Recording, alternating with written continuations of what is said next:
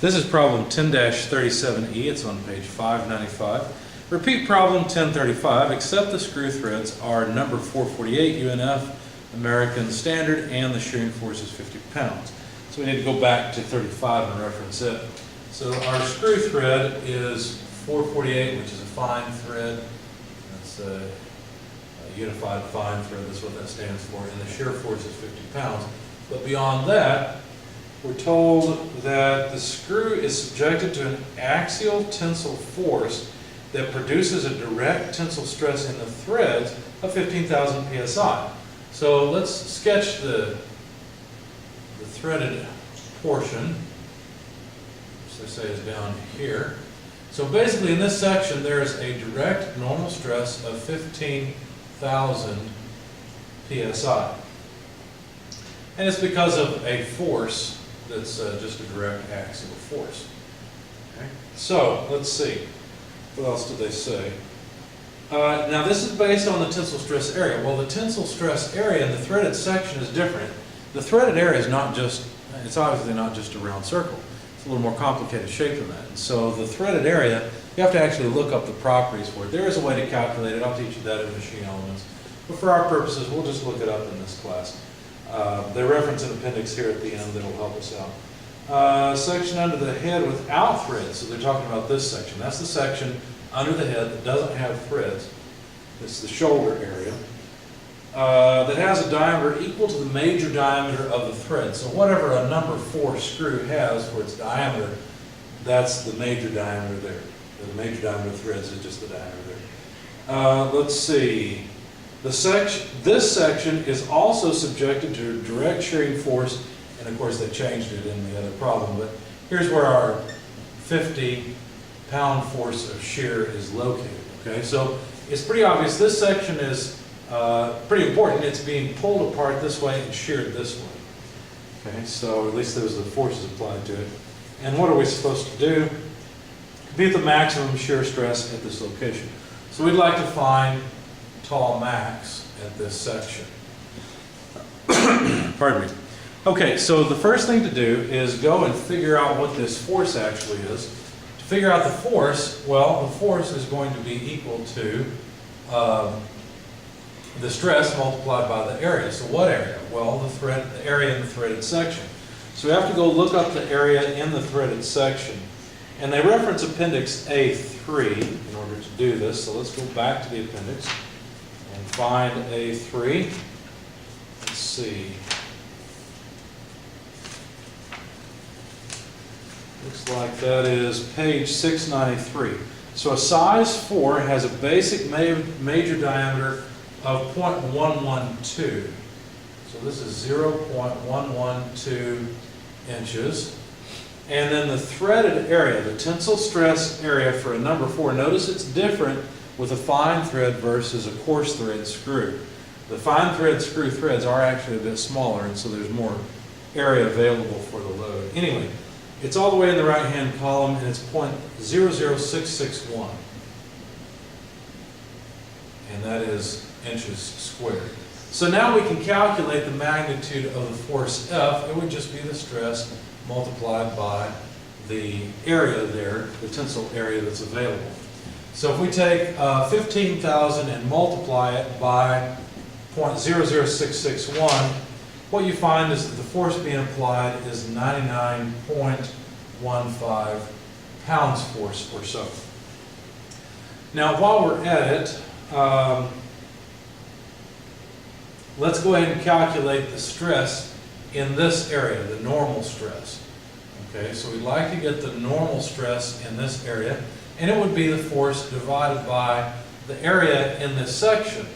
But from this diameter here, you can tell that the area in this section is pi d to the d squared over 4. So when you plug in 0.112 inches into this equation, and then times pi over 4, you'll find that this is an area of about 9.852 times 10 to the negative third square inches. So now 99.15 pounds force divided by 9.852 times 10 to the negative third square inches gives us a normal stress in this section of about 10,064 psi. Okay, so there's our normal stress. Now, we know that this shear load is also going to cause a shear stress. Now, we could try to do a VQ over IT if we really wanted to, but we just want the maximum stress. Okay, and so if you look in the chapter on, I believe torsion, no, not torsion, the chapter on shear in beams, you'll find an equation for the maximum stress in a circular section. Let me find that for you. Let's see. Yeah, shear in beams, chapter 8. Here we are. If you go to page 435, special shear formula for circle, equation 815, tells you that the maximum stress, not just any stress, like this equation would give you, but the maximum is 4/3 V over A, where V is the shear force, A is the cross-sectional area. So now we can calculate the shear stress in this section, because we've got V, it's 50 pounds, we've got A, it's up here. I won't bother writing it down. The shear stress comes out to about 6,767 psi. So now notice I've got a normal stress and a shear stress. I've got to figure out exactly how they operate together so that I can combine them. So if I were to look at the cross section, let's say I cut the bolt in here somewhere and looked at the cross section, let me draw it at a slight angle here so we're kind of looking at it in an isometric sense. Okay. The shear, this maximum shear that I've calculated, occurs at the neutral axis. Remember, the shear is going to go to 0. That's what this says. Q goes to 0 as you move farther away from the neutral axis. And so the shear is 0 out at the edges and maximum in the center. Now, the other thing to note is that we've got this normal stress, but the normal stress acts equally over the entire surface. Okay? So anywhere along the center line is going to be a critical point. Now, so we could take an element. Now we have to be careful here. We've got shear, and really the element I'm going to take will be a three-dimensional element where this face here is part of this cut face. Okay, so what I've done is I've taken just a little element here, say out of the center. Okay, in that case, there's going to be shear on the surface in the magnitude of what we've calculated, 67 psi. And there's going to be a normal stress. So there's tau and sigma on this element. Now, this bit of the element goes back into the shaft and has stresses on its other surfaces as well, obviously. Can't draw them all in this view. Let me look at it from this direction, and then I'll be able to draw it all. Okay, so there's sigma, tau. There's the stress at the top. These are the ones I've already drawn up here. On the back face, here's the shear stress you couldn't see in that view, and here's on the bottom face the shear stress you could not see. Okay, so there's the stresses, and of course we can just simply use the equation your author gave. When you have a setup like this, because it's so common, and there's no normal stress on the Y face, only stress on the X face, then you can simply calculate it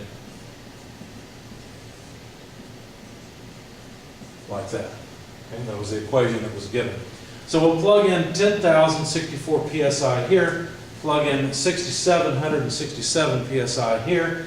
When you do that, you'll find the maximum shear stress is about 8,433 psi. And that's the maximum shear. Why would we care about the maximum shear?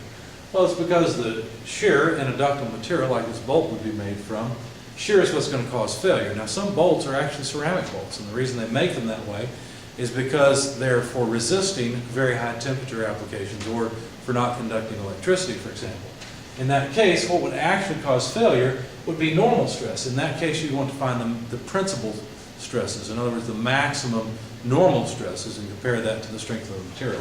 Most of the time, of course, we use steel or aluminum or some metal for bolts, most commonly steel, and so that's what we'd be interested in, is the maximum shear, because that's what's going to cause failure in that kind of material.